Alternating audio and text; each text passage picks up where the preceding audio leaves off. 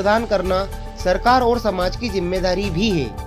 राठौड़ ने कहा कि पत्रकार निडरता से इस कठिन रास्ते पर जयपुर ग्रामीण संयोजक डालमिया साहब, महासचिव संजय सिंह जी, समस्त साथी जार के जो भी अपने प्रदेश भर से आए हैं और जयपुर जिले से खासतौर से आए हैं, उन्हीं का सबका हार्दिक अभिनंदन। यह कार्यक्रम में पधारे आप, इतनी भारी बारिश और उसके बावजूद ये सब आए और अभी भी रास्ते में हैं, काफ़ी लोग वो आ रहे हैं।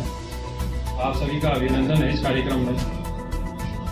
2 साल के कार्यकाल के दौरान ये अक्टूबर में ये कार्यकाल समापन है। इस दौरान कोरोना की वजह से काफ़ी कुछ अपनी एक्टिविटी नहीं हो पाई थी। ये पहला मौका है 2 साल जो हमारा राष्ट्रीय अधिवेशन हो उसके बाद ये कार्यक्रम हो रहा है।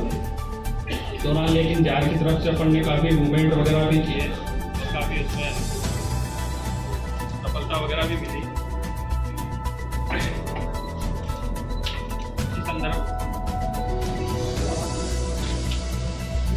इसी संदर्भ में कुछ चीज़ें बताना चाहता हूँ।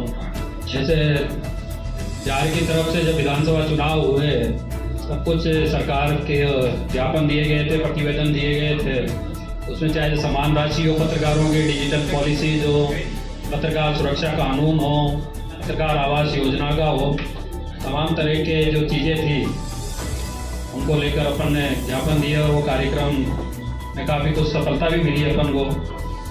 जैसे समान राशि का तो शुरुआत में ही उन्होंने कर दिया था और डिजिटल पॉलिसी लागू हो गई जिसके नियम वगैरह बन रहे हैं। एक जो सबसे बड़ा मुद्दा था वह पत्रकार सुरक्षा कानून का, वो अभी तक हो नहीं पाया, ना तो राजस्थान में हो पाया ना केंद्र के स्तर पर कुछ हो पा रहा है। जिनके लिए सब प्रयासरत हैं, घोषणा पत्र में है तो वो ये तय है कि भाई राजस्थान में ये कैबिनेट से मंजूरी मिल चुकी है तो वो लागू तो हो जाएगा। ऐसी और भी पत्रकार आवास वगैरह की जिनकी कमेटियाँ वगैरह बन चुकी है वो भी प्रोसेस में है, काम चल रहा है उनका। इसी तरह पत्रकारों को कुछ बहुत से मुद्दे भी हैं जिनका मैं ध्यान दिलाना चाहता हूँ माननीय सांसद साहब को और हमारे बड़े भाई साहब को। क्योंकि सांसद साहब पूर्व में सूचना प्रसारण मंत्रालय के मंत्री भी रहे हैं, तो पत्रकारों के जो मुद्दे हैं, एक हमारे परमवीर चक्र विजेता संजय कुमार, सूबेदार संजय कुमार, मैंने उनके सामने इनका जिक्र किया तो उनकी आवाज में खुशी की लहर दौड़ गई।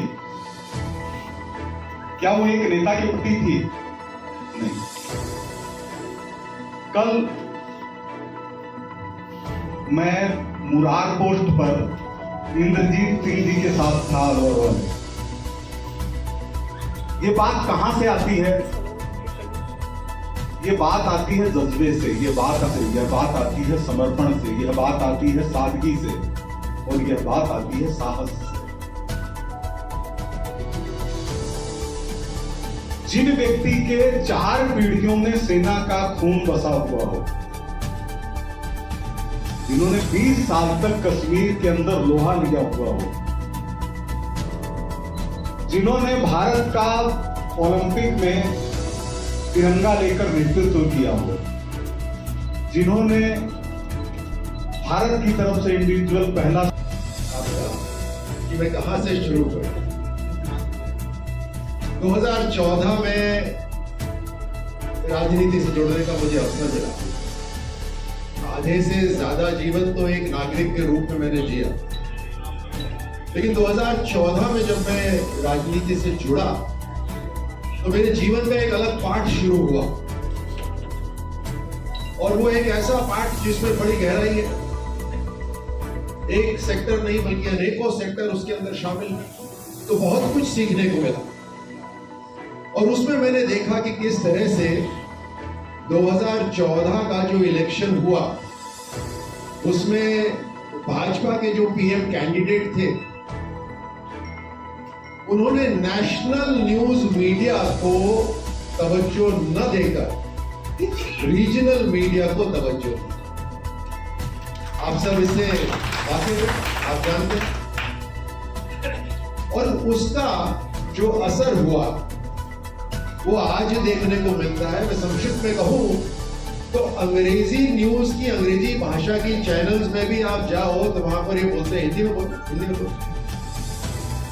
क्योंकि हिंदी भाषा को सुनने वाले, देखने वाले, समझने वाले, चाहे वो पत्रकारिता में हो, चाहे वो इलेक्ट्रॉनिक मीडिया में हो, बहुत बड़ी संख्या है।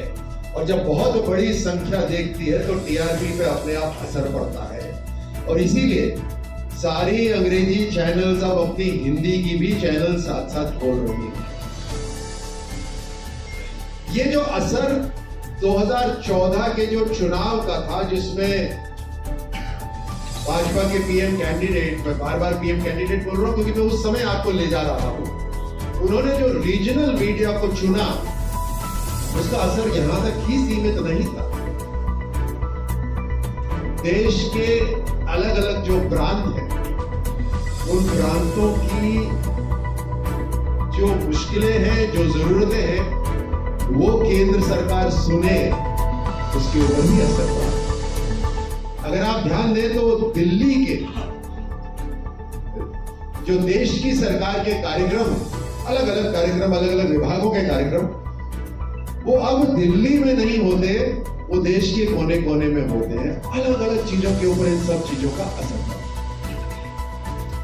जब देश में नेतृत्व बदलता है और एक मजबूत नेतृत्व आता है तो उसका असर काफी हद तक पड़ता है। राज बिहारी जी ने अभी मुझे 3 किताबें मुझे तोहफे में दी। इनका अनुभव रहा है, कई सालों का अनुभव रहा है। अलग अलग प्रांतों में अलग अलग चुनाव इन्होंने कवर करे हैं। और आपने जब अपनी बात रखी तो उसमें वही जो तजुर्बा है, अनुभव है, वही उसकी झलक दिखलाई दे रही थी कि हर चीज ब्लैक एंड व्हाइट नहीं, और इसलिए कहीं ना कहीं एक आपसी सहयोग की जरूरत है जिसमें हम सबको साथ मिलना है। मैं तो इसको सिंपल तरीके से ऐसे कहता हूं कि right forces and the wrong forces. तो जो सही ताकतें हैं उनको एक साथ आना जरूरी है। जब सही ताकतें एक साथ आती हैं तो अपने आप ताकत बढ़ जाती है, और जो हम चाहते हैं, जो आप भी चाहते हैं, जो हम भी चाहते हैं, जो नागरिक चाहते हैं, वो सारी चीजें संभव होना आसान हो जाता है।